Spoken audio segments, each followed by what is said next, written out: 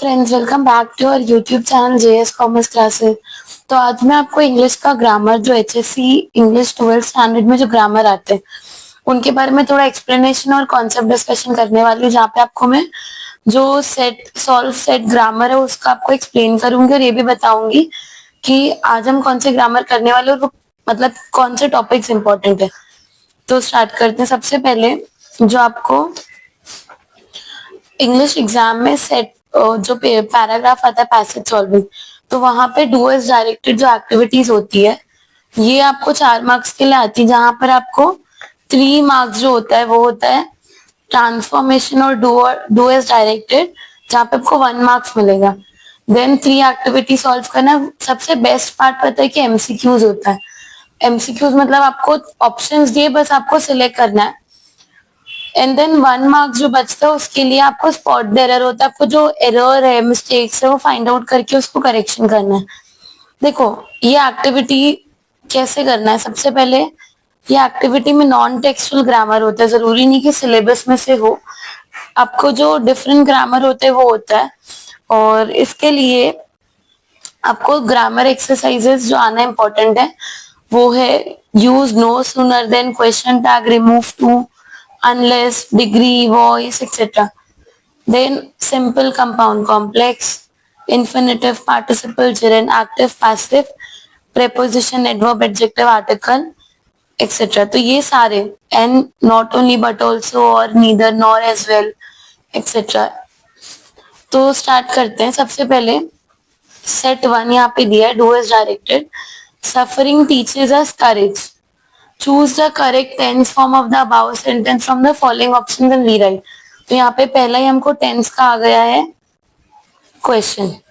आपको करना क्या है, क्वेश्चन बोला है कि जो ये क्वेश्चन है, स्टेटमेंट है, इसके लिए करेक्ट ऑप्शन सिलेक्ट करना है। जो ऑप्शंस दिया है वो करेक्ट कौन सा टेंस है वो आपको फाइंड आउट करना है। Simple past tense, past perfect tense, simple present and present perfect tense. अब देखो अगर आपको टेंस के क्वेश्चंस अटेम्प्ट करना है तो मस्ट है कि आपको टेंस के रूल्स पता होने चाहिए कि टेंसेस का जो एक टेबल होता है वो टेबल में सिंपल प्रेजेंट में क्या यूज होता है, प्रेजेंट परफेक्ट में क्या यूज होता है, पास्ट परफेक्ट में क्या, ये पूरा आपको टेंसेस का जब टेबल होगा तभी आप ये अच्छे से कर पाओगे। देखो जब हम सिंपल प्रेजेंट की बात करते हैं तो हम यूज करते हैं subject plus verb plus es. अगर एस या ईएस ऐड है जैसे यहाँ पे, तो ये है आपका सिंपल प्रेजेंट टेंस। ठीक है, यानी जब आप टेंस करते हो तो इसमें सिंपल प्रेजेंट टेंस का फॉर्मूला है, आपको जब फॉर्मेशन करोगे तो सब्जेक्ट आना चाहिए जिसके बारे में आप बात कर रहे हो, वर्ब आएगा आपका एक्शन वर्ड, और वर्ब के साथ एस या ईएस ऐड होगा और ऑब्जेक्ट। तो यहाँ पे अगर हम देखें तो सफरिंग टीचर्स ये हमारा सब्जेक्ट हो गया, टीच हमारा वर्ब हो गया और ये ईएस ऐड हुआ है, तो इट शोज कि हमारा सिंपल प्रेजेंट टेंस है। तो इसका ऑप्शन है सी। सेकेंड है he said Bravo, you have done well, form the above sentences from the alternative given below. इसका क्या करना है, identify the correct indirect speech from the above sentence. तो यहाँ पे आपको ये जो क्वेश्चन है इसका इनडायरेक्ट स्पीच में कन्वर्ट करना है। He said bravo, you have done well. He applauded him saying that he had done well, that he has done well, he has been doing well, applauded him saying that he is doing well. तो A और B, he had done well। क्यों he had done well आया, क्योंकि यहाँ पे indirect speech में अगर present में है तो हम उसको पास्ट में लिखते हैं, जैसे कि यहाँ पे हैज था, हैव था, right, you have done well. तो जब ये कोई सेकेंड पर्सन बोल रहा है तो वो हैड यूज करेगा। तो इनडायरेक्ट स्पीच में कैसा होता है और कि जैसे कोई बात को सेकेंड पर्सन, दूसरा पर्सन आपकी बात को नरेट कर रहा है, ठीक है, तो जब ये यूज करेगा तो अगर सब्जेक्ट में आई होगा तो ये आई चेंज होके ही हो जाएगा, यू होगा तो हिम या जो वर्ड्स है वो हो जाएंगे, और जो भी आपका टेंस वाले वर्ड्स होंगे, ठीक है, वो टेंस चेंज होगा। अगर सिंपल प्रेजेंट है तो वो प्रेजेंट से कन्वर्ट होके वो क्या हो जाएगा, सिंपल पास्ट। प्रेजेंट है तो पास्ट, अगर हैज है तो हैड, हैव है तो हैड। तो यहां पर भी वैसे ही था, he had done well। Third हम देखते हैं, no sooner did she finish her speech then the students applauded, identify and write the correct as soon as form। तो यहाँ पे आपको बोलना है जो नो सूनर है वो हटा के एज सून एज यूज करना है। As soon as she finished her speech then the students applauded, as soon as she finished her speech the students applauded, ठीक है। तो यहाँ पे as soon as she finished her speech the students applauded, as soon as she will finish her speech, तो will तो नहीं आएगा, और ये भी नहीं आएगा। बी और सी में से जो आपका करेक्ट ऑप्शन है वो है b, as soon as she finished her speech the students applauded, क्योंकि यहाँ पे जब एज सून एज यूज हो रहा है तो ये सेंटेंस होने के बाद हम एक छोटा सा पॉज के लिए हम लोग कॉमा यूज करेंगे, देन द स्टूडेंट्स अपलॉडेड करके ये एंड हो जाएगा। दैट्स व्हाई यहाँ पे ये बी करेक्ट है।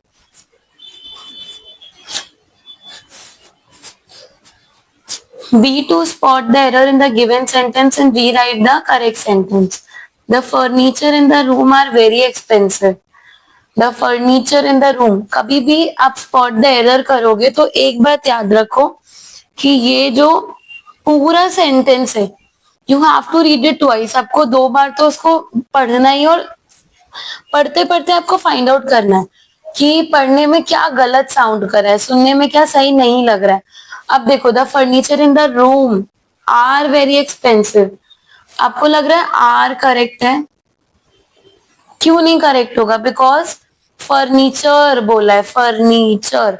सिंगुलर प्लूरल का कॉन्सेप्ट याद है, अगर एप्पल है तो one person singular verb use होगा, प्लूरल है तो प्लूरल होगा। जैसे फर्नीचर्स नहीं बोला है, क्या बोला है, फर्नीचर, तो आर के बदले क्या आ जाएगा, इज आ जाएगा। आई होप आपको सेट वन समझ में आया होगा। सेट टू में आपको एक्सप्लेन करती हूँ। डू एज डायरेक्टेड ऐसा क्वेश्चन होगा, Mumbai is richer than most other, Mumbai is richer than most other metro cities in India, choose the correct positive degree. देखो, डिग्रीज ऑफ कंपैरिजन जो होता है, तो डिग्रीज ऑफ कंपैरिजन एक टॉपिक है जहां पे आपको ना 3 डिग्रीज होते हैं। मैं आपको अभी बहुत डीप में तो नहीं समझाऊंगी, बेसिक समझाऊंगी। पॉजिटिव, कंपेरेटिव और आपका होता है सुपरलेटिव।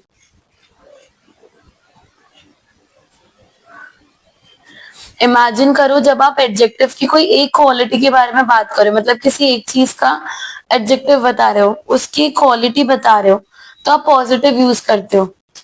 कंपेरेटिव जब आप दो लोगों से कंपेयर कर रहे हो।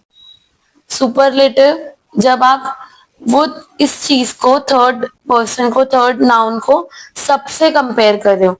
तो अपने ये वाला कॉन्सेप्ट सुना होगा, गुड पॉजिटिव में है बेटर, बेस्ट, फिर E R, E S T, फिर more, most. For example, she is a beautiful girl, तो आपने पॉजिटिव में उसकी ब्यूटीफुल होने के बारे में बताया। अब आप बोलोगे कंपैरेटिव में कैसे करना है, तो कंपैरेटिव में आप लिखोगे she is more beautiful than her या देन द अदर गर्ल, तो आप मोर यूज करना है, more beautiful.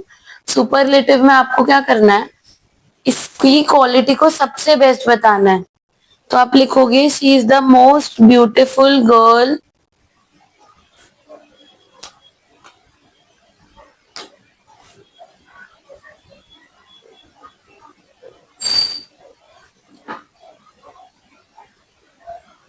Among the class, या जो आगे वर्ड मैंने यहाँ पे कुछ भी नहीं दिया तो मैं इतना ही लिख सकती हूँ, she is the most beautiful girl than any other, या जो भी वर्ड है among the class, among everyone.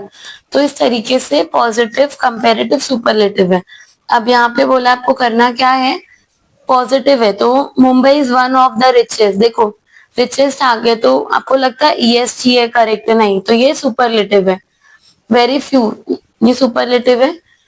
Very few cities in India are as rich as Mumbai, no other metro city in India is rich as Mumbai, comparison है ये। Other metro cities are not as rich as Mumbai. तो एक formula इसका, एक concept होता है कि positive में कभी कभी हम वेरी फ्यू भी यूज करते हैं। तो अगर आपको ये पता होगा तो आपको टाइम नहीं लगेगा, बस आप ये टिक कर दोगे। सेकेंड वाला आपका है work on the spellings to improve them, identify and rewrite the correct transformation beginning with if, आपको इससे शुरुआत करनी है। तो if you work on the spellings they will not improve, work on the spellings to improve them, if you work on the spellings they did improve, दोनों correct नहीं लग रहा है। देखते हैं आगे, if you do not work on the spellings they will improve, do not work they will improve correct नहीं है। If you work on the spellings they will improve, ये करेक्ट है, बिकॉज यहाँ पे मीनिंग सेम आना चाहिए, आपका ये मीनिंग और ये मीनिंग चेंज नहीं होना चाहिए। तो डी आपका करेक्ट आंसर है, जो ये इसका मीनिंग है करेक्ट इसके मीनिंग से मैच हो रहा है अगर आप ध्यान से रीड करोगे तो। नेक्स्ट आपका है he saw a few tree laden with fruit, choose the correct transformation of the above sentence into present perfect tense। इस क्वेश्चन को आपको किस में करना है, प्रेजेंट परफेक्ट में। he had seen a few trees laden with fruit, देखो जैसे मैंने सिंपल प्रेजेंट बताया था वैसे प्रेजेंट परफेक्ट टेंस, जब आपका कोई एक्शन प्रेजेंट में कंप्लीट हो चुका है,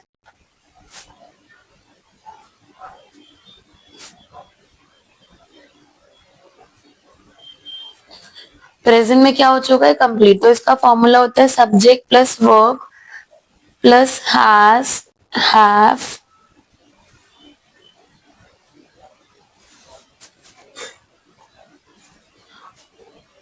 और जो आपका वर्ब होता है ना, देखो सब्जेक्ट प्लस हैज हैव, फिर आपका होता है वर्ब, लेकिन वर्ब का थर्ड फॉर्म होगा और ऑब्जेक्ट, ठीक है। तो मैं आपको बताती हूँ, जैसे यहाँ पे ही हैज बीन गलत रॉन्ग है, ही हैड बीन ये भी रॉन्ग नहीं, ये भी रॉन्ग है, ही हैड सीन ये भी रॉन्ग है, ही हैज सीन ये करेक्ट है। क्यों करेक्ट है मैं बताती हूँ, देखो हमारा सब्जेक्ट हो गया ही, अगर हम वन पर्सन के लिए बात करते हैं तो हम यूज करते हैं हैज, जब आप one person he she it has use करोगे, जब आप वी दे और मोर देन वन हैव, और वर्ब का थर्ड फॉर्म सी का थर्ड फॉर्म है सीन, वो सेम रहेगा, ही हैज सीन। उसके बाद आगे का पूरा सेंटेंस सेम है, a few trees laden with fruit, जैसे यहाँ पे दिया हुआ है। B, spot the error in the given sentence and rewrite the correct sentence। everyone are happy with the results, everyone सबको मिला के, बट everyone are नहीं होता, everyone is होता है, तो ये are के बदले हम चेंज करेंगे और is लिख देंगे। तो आई होप आपको सेट 1 सेट 2 समझ में आया होगा और आपने देखा होगा कि किस तरीके के क्वेश्चंस पूछते हैं। तो वो लोगों ने आपको टेंसेस पूछा, वो लोगों ने आपको डिग्रीज ऑफ कंपैरिजन पूछा, तो इस तरीके से यहाँ पे ये टाइप जो क्वेश्चंस रिपीट हुए, मतलब मैंने आपको बताए थे उसमें से वही क्वेश्चंस में से कुछ क्वेश्चंस पूछे थे। तो ये था 2 सेट का, आपको आई होप आपको समझ में आया होगा, आपको एक्सप्लेनेशन दिया था मैंने। ऐसी और वीडियोस के लिए चैनल को सब्सक्राइब करना मत भूलना और अपने दोस्तों के साथ शेयर जरूर करना। Thank you.